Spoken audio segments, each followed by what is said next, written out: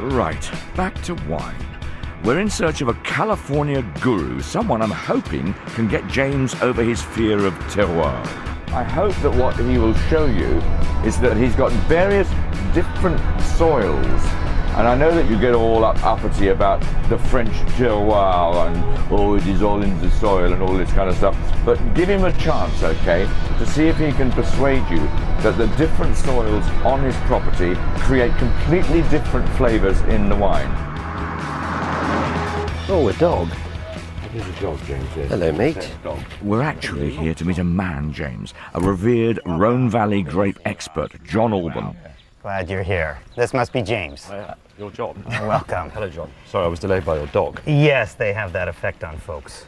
Well, I think we should start in the vineyard because, as Oz knows, we make wine out of grapes and they come out of the vineyard originally. You know Oz from before. Oz has obviously told John I'm a complete numpty. I need to wow him over with some wine facts. What grapes are those? This is Syrah. So that's Syrah, so that's a Rhone Valley grape, isn't it? That's right. Very good. You do know something. Great. We grow 2 whites. Can you name 2 white Rhones? Yes, I can. That's fantastic. No, I can't actually. And that's what you get trying to show off, fathead.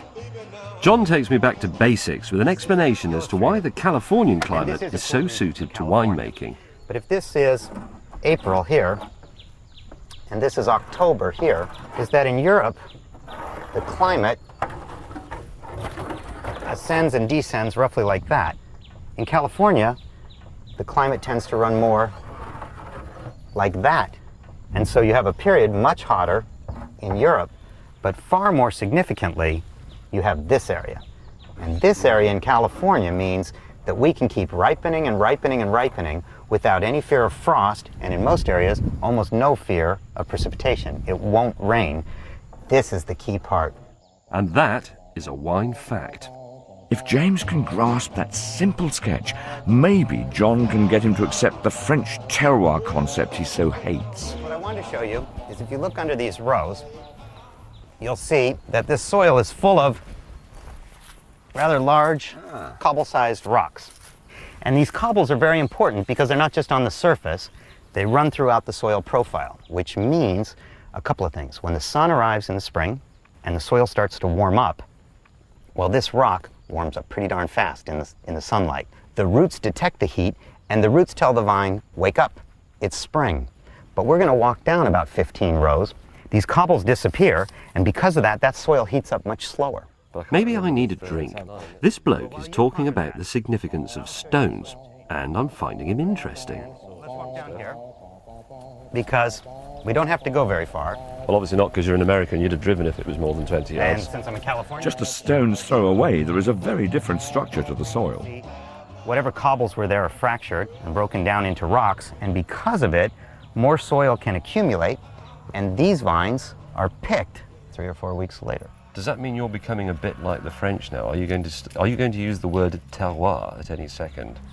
At this point, do you believe it could make a difference in the quality of the wine where you grow the grapes? Oddly enough, listening to you talk about it, I believe entirely that it does, because you've been quite scientific and sort of post-enlightenment about it. But when you speak to the French, they run around in smocks saying, my grandfather, daddy, and the local peasants are all fat, and it makes a difference, but it clearly doesn't. You know, But I think you've already pointed out that you do believe that the soil the vine is grown in can make a difference.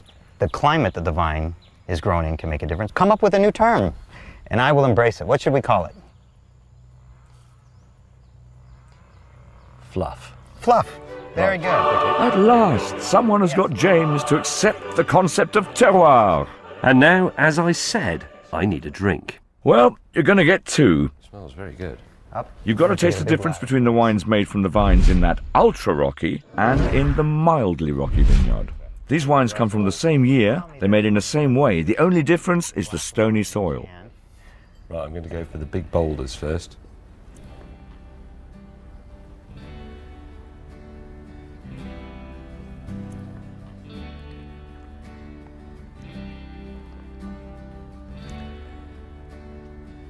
God, that's good. We need no more description than that. That's adequate for me. Right. You've now got small gravel. Right. But this smells warmer, more chocolatey. and hotter, actually.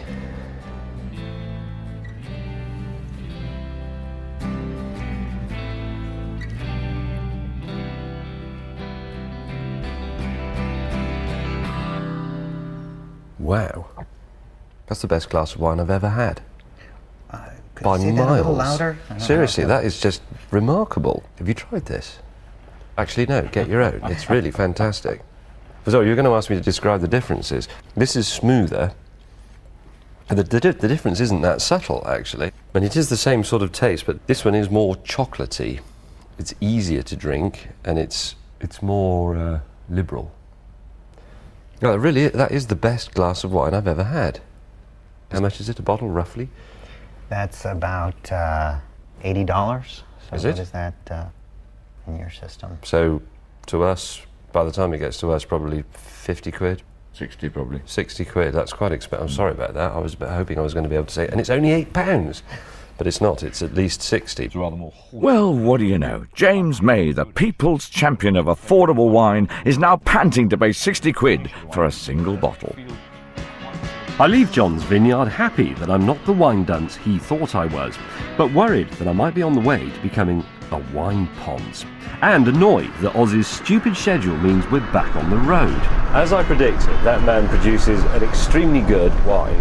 And because you've arranged for me to have to drive some of this afternoon, I enjoyed a small taste of it, which I then had to spit out.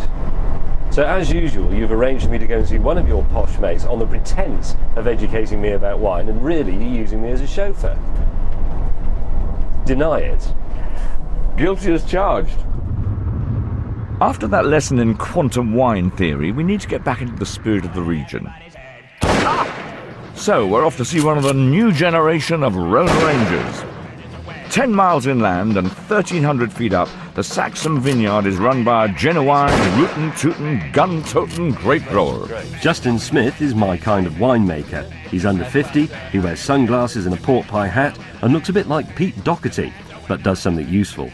The shotgun is because it's starling season, and even rebel winemakers have to protect their precious Syrah grapes. Do I look like the beginning of Dad's army? And we're just scaring the birds, not shooting them. And this clip is just the editor being funny, because that's not a starling, it's an eagle. No, James, it's a turkey buzzard, dear, dear. Now, I want to try these wines to make sure he's not all style and no content. So this is a Rhone blend.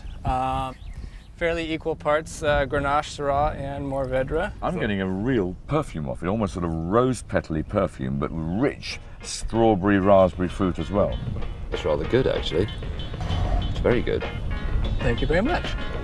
A rebel he may be, but Justin makes seriously good wine. In fact, Saxon wines are a hit with the critics and are pretty popular in shishi Hollywood hangouts. How much is this? £80? Can I have a bit more? We'll try this one. What's this got in it? It's mainly Syrah. That's the planting out there. It's just sort of more funky, slightly more sort of meaty kind of nose. See, I think it's got Brazil nut shells in it. I also think it has laminated photo quality inkjet paper. Is there a mood here in Paso Robles of sort of a maverick, slightly rebellious mood against the mainstream of California wine? What's fun about Paso Robles right now is that we are kind of doing our own thing and finding our own way. It's not like we're following a tradition that's been set or anything. It's like we're seeing what works here. It's all brand new, and so we figured, hey, might as well have some fun doing it. There is building up a sense of rebelliousness, maverick nature against the mainstream four-lane highway of sort of Merlot and Cabernet and Chardonnay and all this kind of stuff. And it's just the right kind of place to do it. Paso Robles was famous as a place where outlaws and desperados could go and get lost, and the law enforcement officers would never find them.